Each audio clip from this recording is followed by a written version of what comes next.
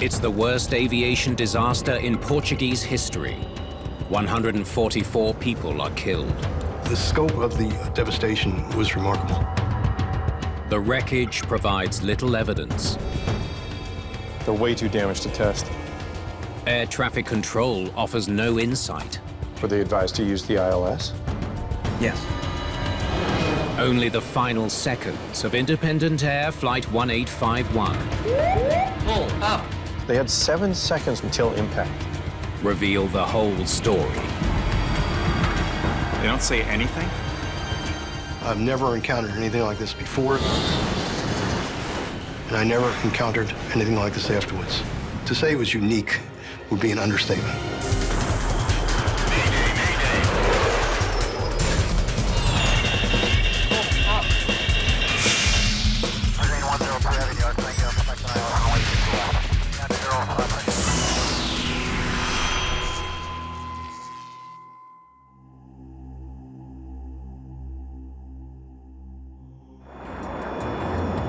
Independent Air Flight 1851 cruises above the Atlantic Ocean. There are 137 tourists on board the American charter flight. Santa Maria Independent Air 1851 requesting Met report. Less than 30 minutes before landing, the crew prepares for descent. 1851, wind 260, 14 knots. 34-year-old flight engineer Jorge Gonzalez checks the weather ahead. He's a U.S. Air Force veteran with a sterling reputation. 41-year-old Captain Leon James Doherty is also from the military and has been flying jetliners for almost a decade. Let's request descent. Santa Maria Control, Independent Air 1851 would like to descend. 36-year-old First Officer Sammy Adcock just started with Independent Air 2 weeks ago. Independent Air 1851, clear to descent to flight level 40. Cleared to flight level 40, Independent Air 1851.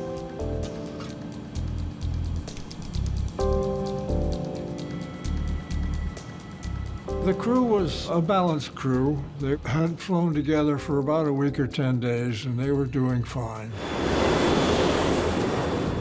They're flying a 4-engine Boeing 707. The long-range, narrow-bodied jetliner has dominated passenger travel for more than 3 decades.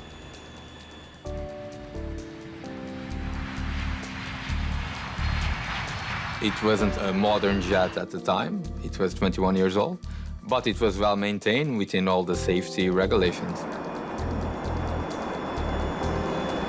Today's flight from Bergamo, Italy, will refuel at Santa Maria, an island in the remote Azores, before continuing to its final destination, Punta Cana, in the Dominican Republic.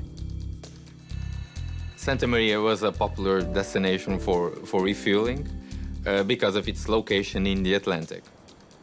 It's a small island with a large mountain in the center. That mountain is called Pico Alto. At almost 2,000 feet, Pico Alto, or High Peak, is the highest point of a mountain range stretching across Santa Maria.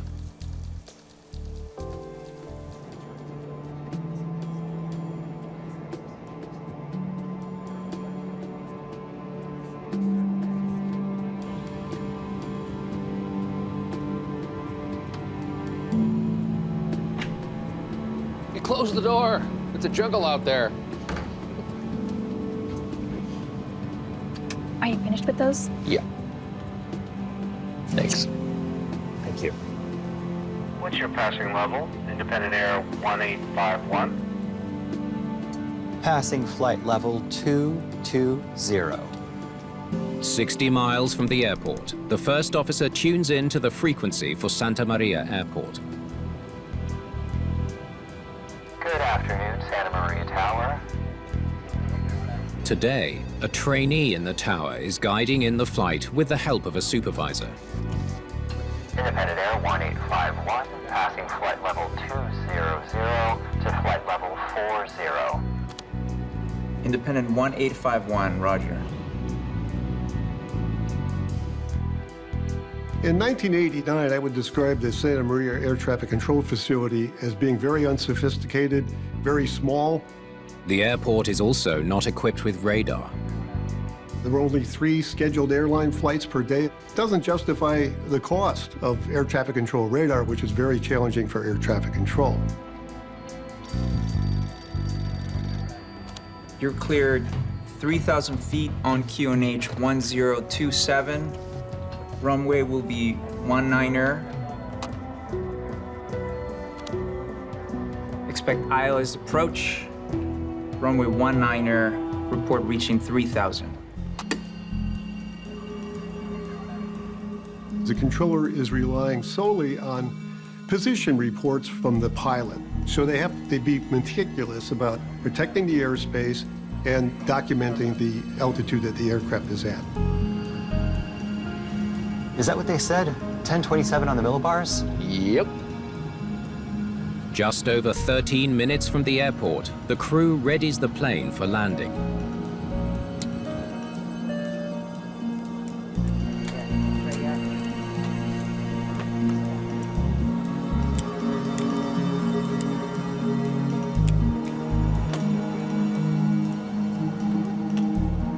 Seatbelts and shoulder harness.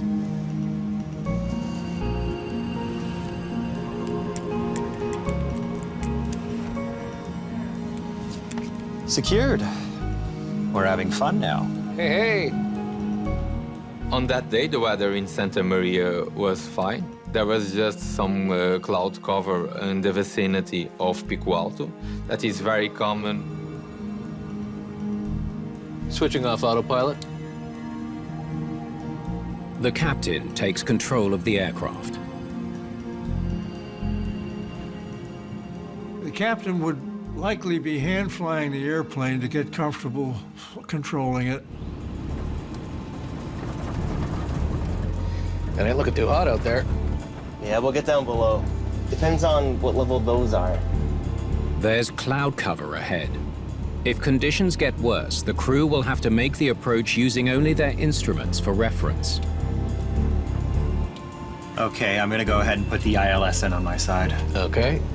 ILS, or Instrument Landing System, is a navigation system that provides vertical and horizontal guidance to the runway. That means that he can fly in clouds until he gets onto final approach. It's always better to have help. 35 miles from the airport, the coastline of Santa Maria comes into view. When approaching from the east, you will see some big cliffs, some green, a lot of green. Where's the airport? It's on the other side of the island. As they approach the island, an alert in the cockpit tells the pilots that they are 500 feet above their selected altitude. 400 to go. Don't know if we're gonna get visual or not here.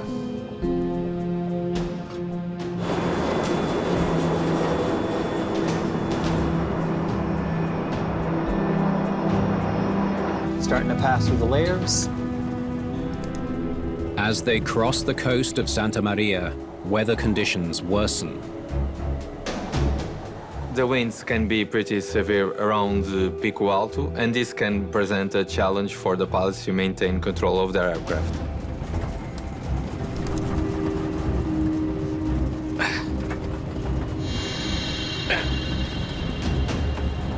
Can't keep this damn thing level.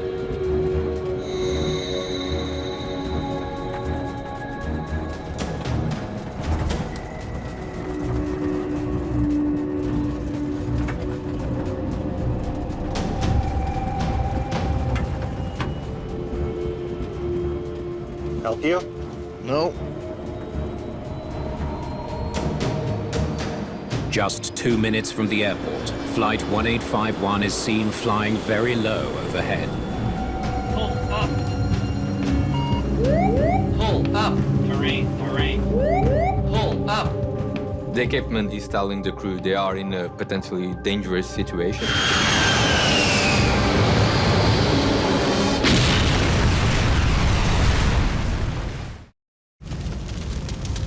Just 4.5 miles from the Santa Maria airport in the Azores, Portuguese firefighters and civilians discover a horrific scene of devastation. Independent Air Flight 1851 has crashed into the island's highest mountain. The jet hit Pico Alto very near the top of the mountain. The accident site was a bit of a chaotic scene. The wreckage was strewn all over the mountain. There were some small fires. It was a very steep terrain. It was very difficult for rescuers to work there. It soon becomes clear that all 144 passengers and crew have been killed. It was a big challenge for the locals, mostly, to deal with that. Santa Maria has only 5,000 people living there, and in a flash, they became the scenario of the worst air disaster to occur in Portugal. Rescuers work through the night. By daybreak, the Portuguese Civil Aviation Authority, known as the DGAC, arrives at the crash site. They are soon joined by American representatives from the NTSB, the National Transportation Safety Board. The terrain that we traversed was very challenging. There was a lot of personal effects. People were just vacationing. There were children whose dolls I could see in the trees. The scope of the devastation, it was remarkable. Investigators need to get a better perspective if they are to understand why Flight 1851 crashed into a mountain so close to Santa Maria's airport. The overhead view revealed to us just how concentrated the wreckage was on the side of the mountain where the airplane struck it. That was something I had not seen before.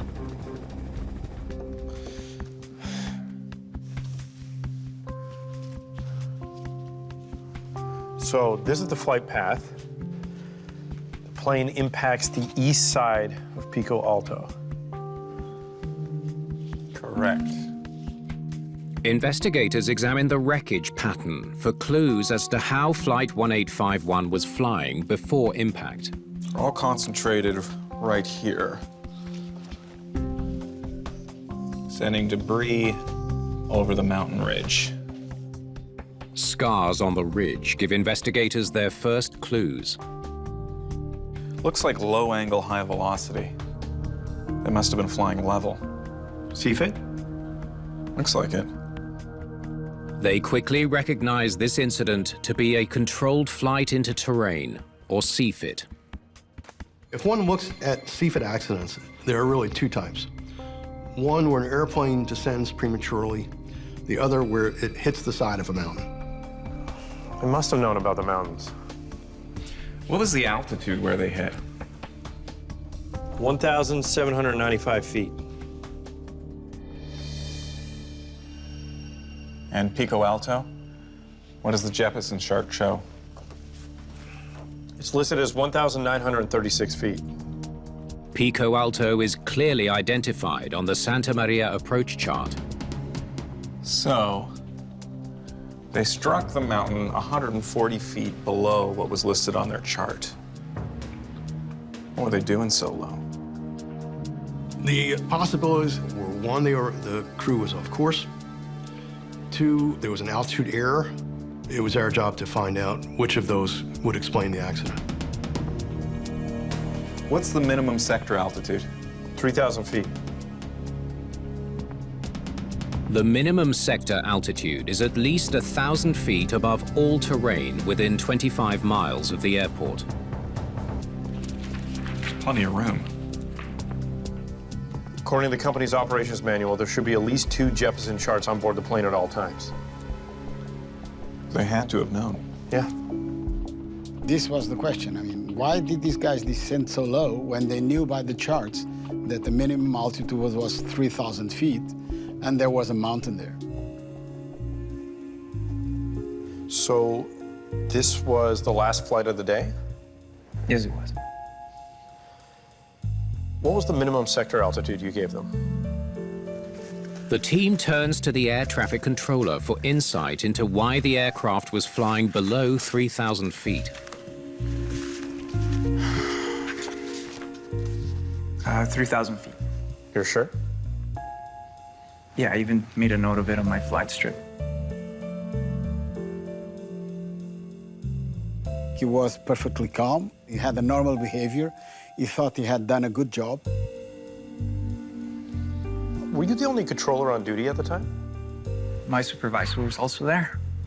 It was such a slow airport. It was certainly not unusual for a supervisor to provide on-the-job training for an air traffic trainee. What was the weather like?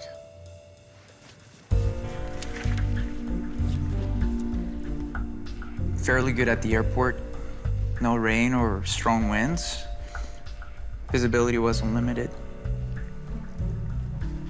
However, the top of Pico Alto was in cloud, and winds can be unpredictable up there. The weather was okay. The focus for the investigators was on how the cloud layer affected the pilot's ability to see and avoid the top of the mountain. Were they advised to use the ILS? Yes. Expect ILS approach. Runway 19er, report reaching 3,000. The investigator learns that the pilots did encounter cloud cover near Pico Alto, but they shouldn't have had a problem using their instruments to get them to the runway. Did the crew report any mechanical issues? No, not to me anyway.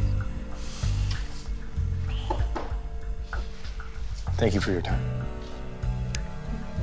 I couldn't find anything that explains what happened from his part. So if the controller gave them the proper clearance, why are they so low? What if there was an issue with the plane that they didn't report? The team must now consider if a mechanical issue that wasn't reported to the controller prevented the crew from maintaining a safe altitude above the mountain.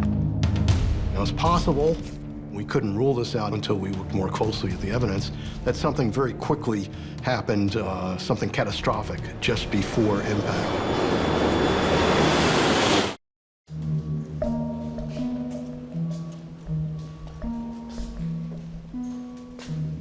Is this everything? So far. Investigators are looking for clues in the wreckage of Flight 1851 to explain why it descended below minimum altitude and crashed into a mountain on Santa Maria Island. Let's start here.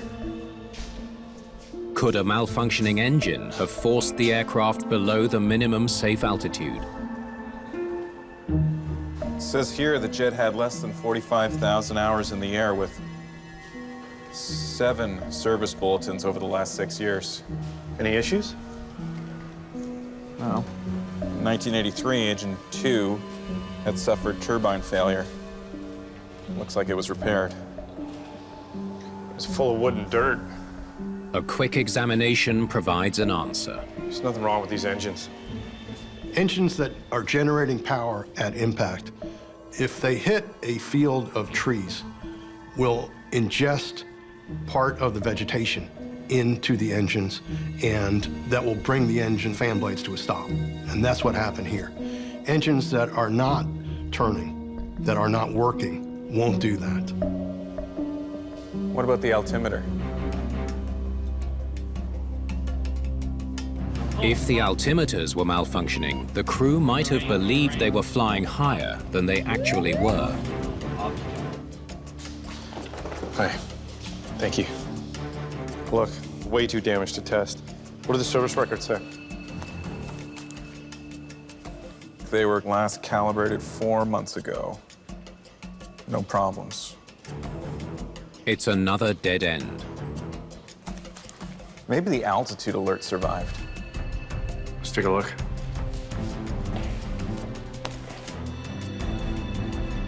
The altitude alert warns the crew with an audio alert when they're approaching a preset altitude. Hang on. Is this it? Yeah, that's it. Doesn't look too bad.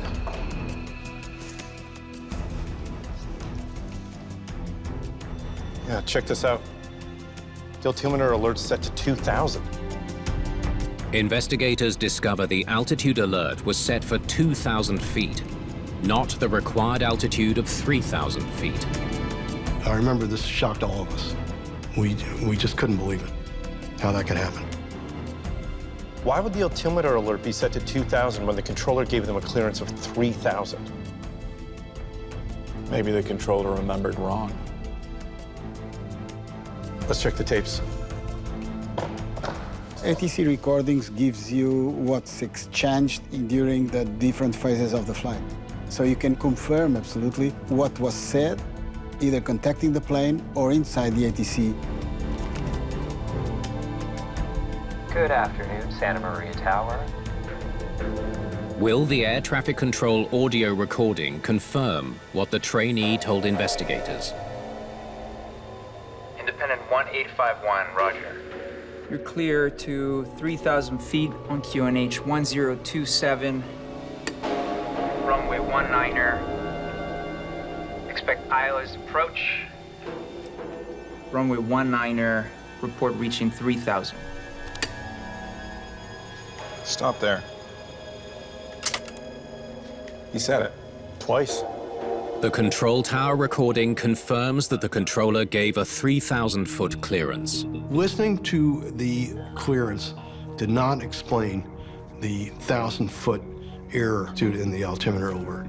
We needed to listen to the CVR.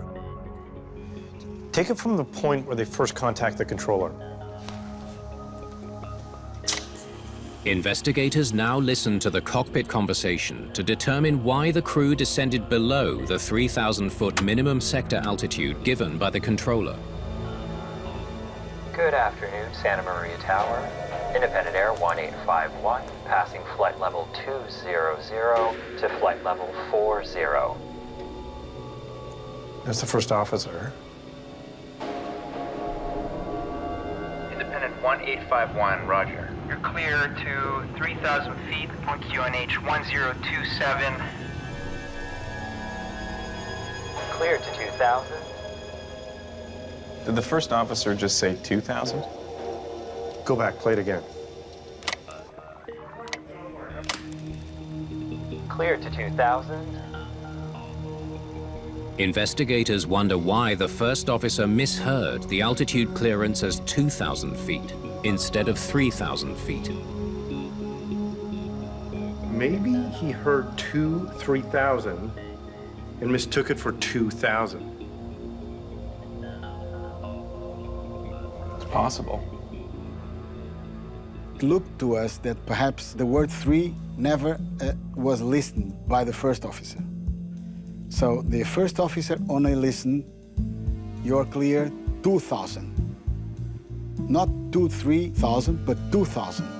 So he never heard the word 3. The CVR recorded the first officer reading back an incorrect clearance. It was very puzzling to us when we heard the CVR why the crew did not act. It was clear that that wasn't given much credence. The controller should have corrected him too, but doesn't.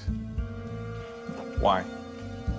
And that's an important part of this accident investigation. We couldn't figure out why the air traffic controller did not correct the first officer. Hang on a second.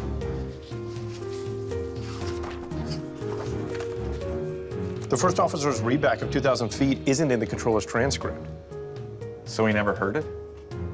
How is that possible? We couldn't figure out how they could miss each other. It was inexplicable. All right, so the first officer mishears the altitude. He reads it back to the controller as 2,000 at 13:56:59. Investigators compare the conversations between the controller and the first officer of Flight 1851 to better understand why there was miscommunication between them.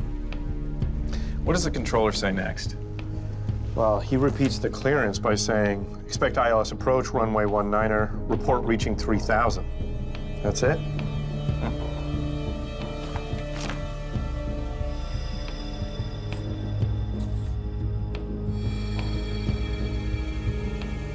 Hang on.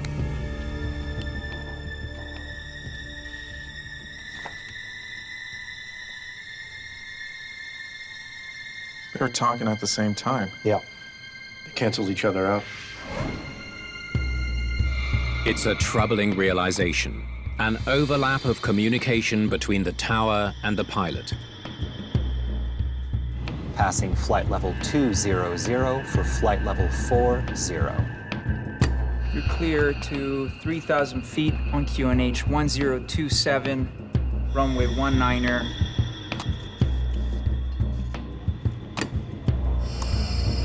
We're Expect clear to ILS 2,000 approach. feet and Runway 19er, 1027. reaching 3,000. It was stunning. We were stunned to finally understand how the two transmissions overlapped perfectly, to cancel each other out. I was an investigator for over 30 years at the NTSB. I've never encountered anything like this before, and I never encountered anything like this afterwards. They're both talking at the same time. They're both pushing their PTTs. That's right. Pilots and controllers use a push-to-talk, or PTT, button. When it's pressed, the radio transmits but cannot receive.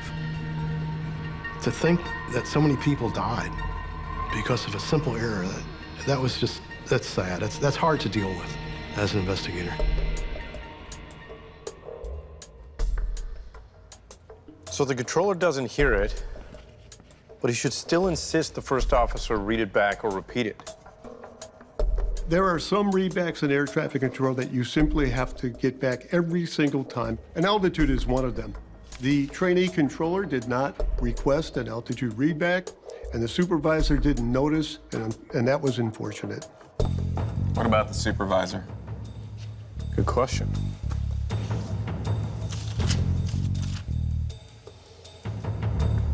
According to the controller, she was there. Maybe she was busy with other things? Possible. Investigators wonder if the supervisor monitoring the trainee during the approach clearance was somehow distracted. Check this out. According to the phone record, she took a call during her shift.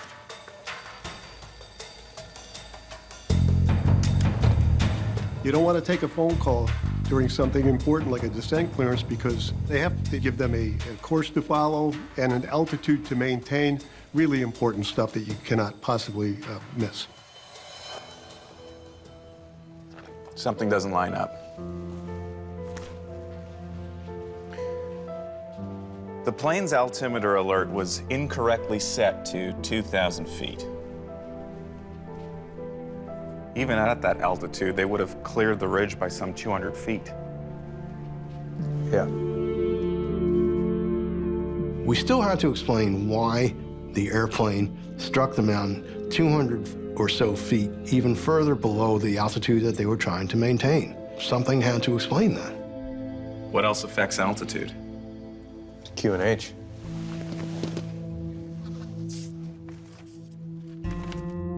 QNH is a pressure setting pilots input so their altimeter measures the proper height above sea level.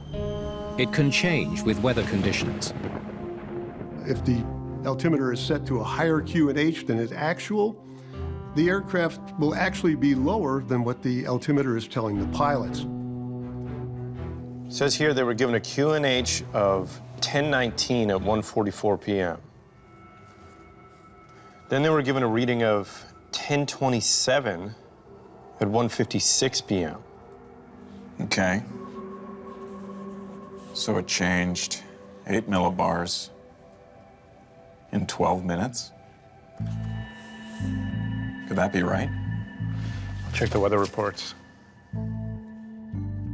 For an 8 millibar change to occur in 12 minutes would be something that may occur during a hurricane or something like that. I don't see anything that would make that possible. So how much would they drop with an 8 millibar increase? Investigators calculate the change in altitude between the two QNH values. That QNH brought them at least 200 feet below 2,000. Right into the mountain. The team concludes that an incorrect altimeter setting put the flight on a collision course with Pico Alto. When you're close to the ground in restricted visibility conditions, an accurate altimeter setting is everything that will protect the airplane from a CFIT accident. Thanks for talking with me again. Yeah, of course. Just one follow-up question here. What was the pressure setting you gave them? Investigators conduct a second interview with the controller to understand why he gave two very different QNH settings to the pilots.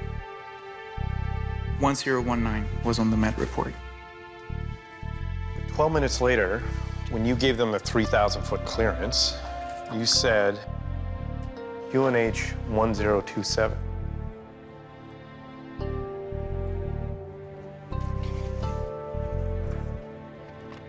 I asked the controller directly about the QNH he had given to the plane, and he couldn't explain why he had given that QNH at all. In my view, it's just he didn't notice he was giving the wrong information.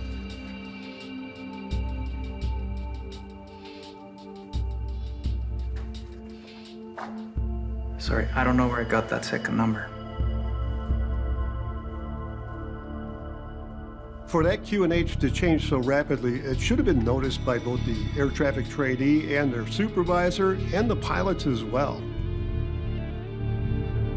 I'm surprised that the pilots didn't reach out and say, hey, can you repeat that QNH again?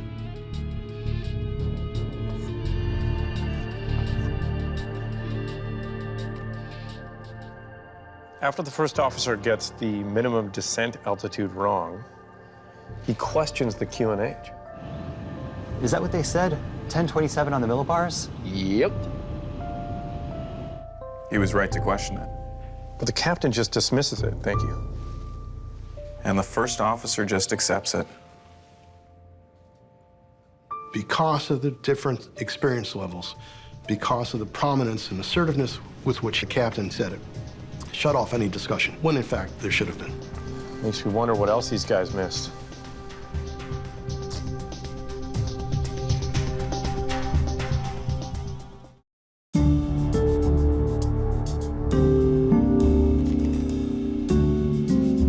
Yeah, let's play the tape. Investigators return to the cockpit voice recording to learn how the crew of Independent Air Flight 1851 allowed so many errors to accumulate on approach to Santa Maria.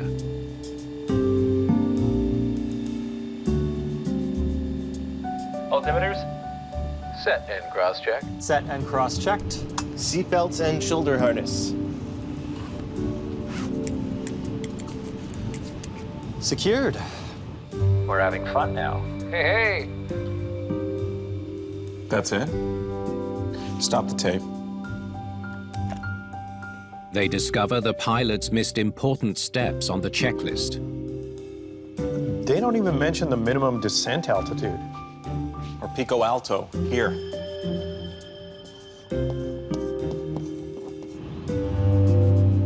They hear a briefing that doesn't include reference to the navigation charts that were available to the pilots. Had they done the approach briefing and reviewed the information and articulated the information as required, it's highly unlikely, in my opinion, that they would have struck the mountain. Another unfortunate error.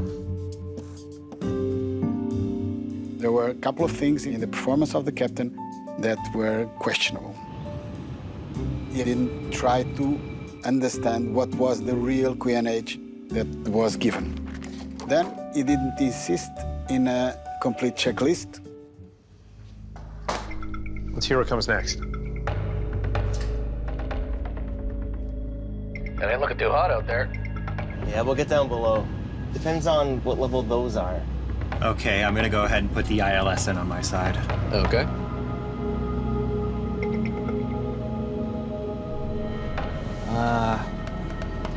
After 2,000, yeah, we'll get below these clouds. Stop. Right there, 2,000 again. The captain says nothing and descends to 2,000. Why? The captain is ultimately responsible as the pilot in command, but each crew member failed in that respect. Play the tape. 1,000 to go. 1 to go. Wow, look. There's the island. Stop it. Who is that? Investigators hear an unknown female speaking in the cockpit on approach into Santa Maria. She appears twice over 16 minutes, starting when they begin their descent. The flight attendant, maybe. But what is she doing there? I don't know. That's not what I call a sterile cockpit. And the captain lets it happen. The captain violated the sterile cockpit rule, which bans non-essential conversation in the cockpit below 10,000 feet.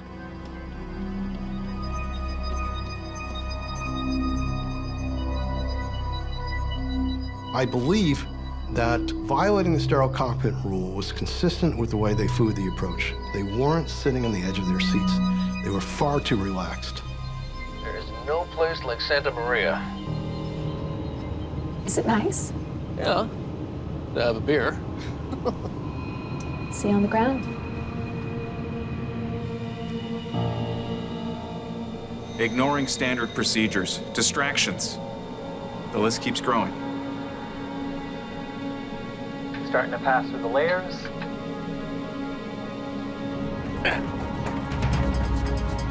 Can't keep this damn thing level.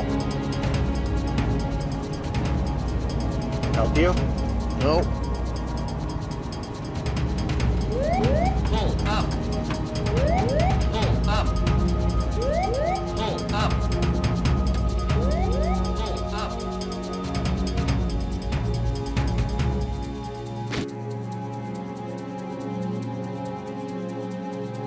They don't say anything? When the GPWS went off, there was no response from the crew. There was not even a, what's that? What's going on? There was nothing. They don't say anything, or do they do anything?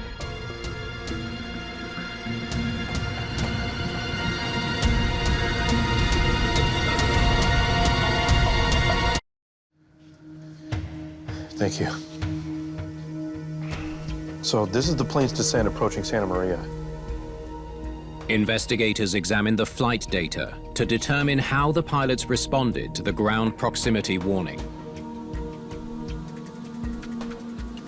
So they're descending at about 2,500 feet per minute. They level off here, and the GPWS goes off here. And they crash about 7 seconds later. No reaction. No change in altitude. The data shows there were no inputs from the pilots to recover the aircraft. It's like they ignored the alarm. When the GPWS goes on, you apply maximum power, climb at the maximum rate, and get the heck out of there. 7 seconds. They had 7 seconds from the first warning until impact. They could have climbed over the mountain in that time had they done what they should have done. And they didn't do that, and we couldn't figure that out. Pull up. Why didn't the crew respond to the warning? Surely the crew was trained to respond to the ground proximity warning.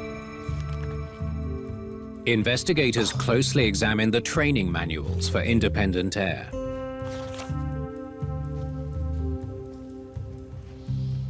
You are not going to believe this. The simulators were programmed with different approach speeds and flap settings than the accident aircraft.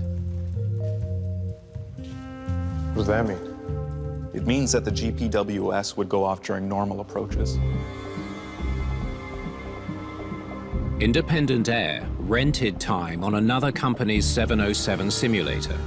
It was configured differently from the accident aircraft. Flaps 40.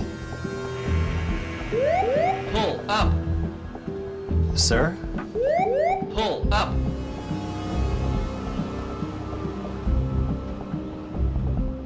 By training the crew to ignore the GPWS in the simulators, they gave the crew the message to ignore the GPWS in the airplane.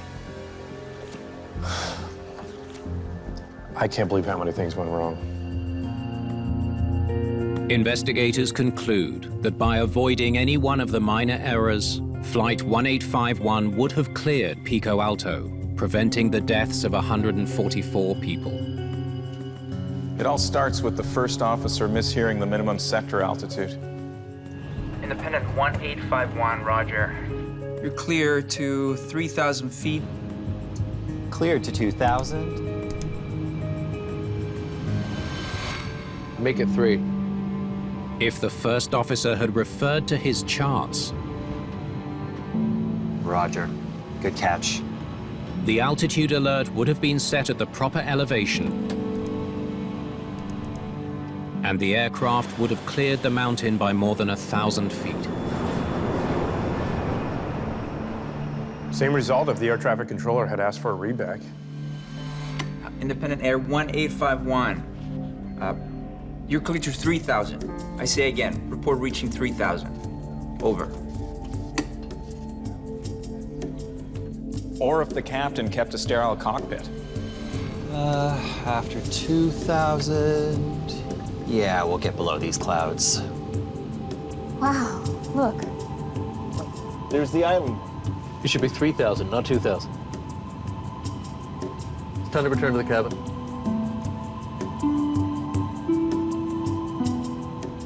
You cannot be inattentive, especially in the last period of the flight.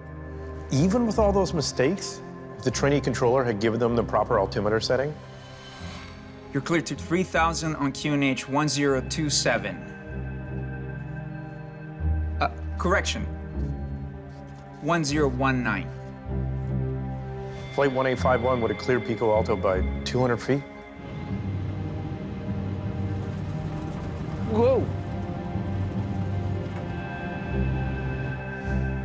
Would have been close. Finally, the GPWS. Pull up. If the crew had the proper GPWS training, Go around! they would have had one last chance to avoid hitting the mountain.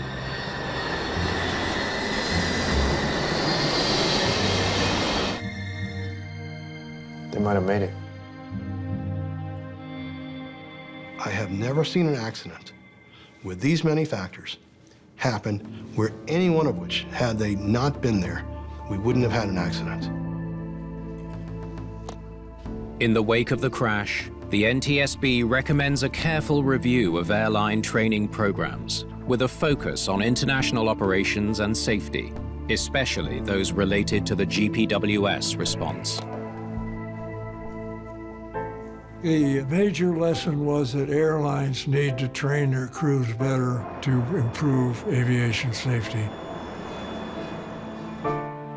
Independent Air later settled with the victims' families for $34 million before a compensation case ever went to trial. Independent Air went out of business in 1990. In the aviation business, there is no room at all for complacency. The longer we do a job, the more complacent we tend to get. After a while, some of the things we do, even if they're unsafe, start to appear to be safe, and unfortunately, we can have an accident like the one that we witnessed here.